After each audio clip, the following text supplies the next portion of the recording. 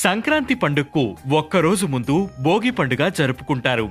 భోగి రోజు తెల్లవారుజామునే ఇంటి ముందు పెద్ద మంటలు వేసి అందులో ఇంట్లోని పాత వస్తువులను తెచ్చి తగలబెట్టేస్తారు. అయితే దీనిలోని అంతరార్థం ఏమిటంటే దేనిపైన పిచ్చి వ్యామోహం తగదని చెప్పడమే. సాధారణంగా కొంతమంది వస్తువులు మనుషులపై ఎక్కువ వ్యామోహంతో ఉంటారు. ఆ మనుషులను కాని వస్తువులను కూడా వదులుకోవడానికి ఇష్టపడరు. ఉదాహరణకి ఇంట్లో ఓ కుర్చీ బాగా పాడైపోయి ఉన్నా దాన్ని వదలరు. మా తాతగారిది, అదంటే నాకు సెంటిమెంట్ అని పట్టుకొని వేలాడతారు.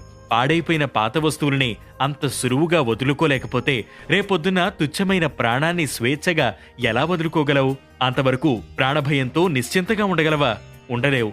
అందుకే అలాంటి వెర్రి వ్యామోహాలను పక్కన పెట్టి నీలోని పాతను వదిలేయమంటుంది భోగి. అప్పుడే జీవితం నిశ్చింతగా ఉంటుందని చెప్పకనే చెబుతుంది భోగి. అందుకే ఇంట్లోని పాత వస్తువులను భోగి మంటల్లో వేసి తగలబెట్టేయాలని పెద్దలు ఓ సాంప్రదాయం తీసుకువచ్చారు. దీని ద్వారా నశించిన వస్తువులపై వ్యామోహం పోతుందని, ఏదీ శాశ్వతం కాదనే విషయం బోధపడతాయని వారి నమ్మకం. మన లోపల పాతుకుపోయిన పాతను వదులుకోవడానికి భోగిమంట ఉపకరిస్తుంది.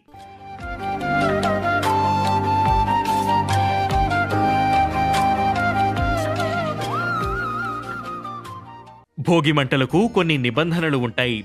మంటల కోసం వంట చెరుకును వాడరు. యజ్ఞ యాగాతుల్లో వాడే సమిధలను ఉపయోగించరు. కేవలం పాతకలప, తుంగలతోనే మంటలను వేస్తారు. భోగి మంటల వల్ల మరో ప్రయోజనం అగ్ని ప్రమాదాలను నిలువరించడం. ఏటా వచ్చే పండక్కి ఇలా భోగి మంటల్లో పాతకలప కాలిపోతే ప్రమాదాలు తగ్గుతాయి. మరి మీరంతా ఈసారి భోగి మంటల్లో ఏమేం వెయ్యాలో డిసైడ్ అయ్యారా?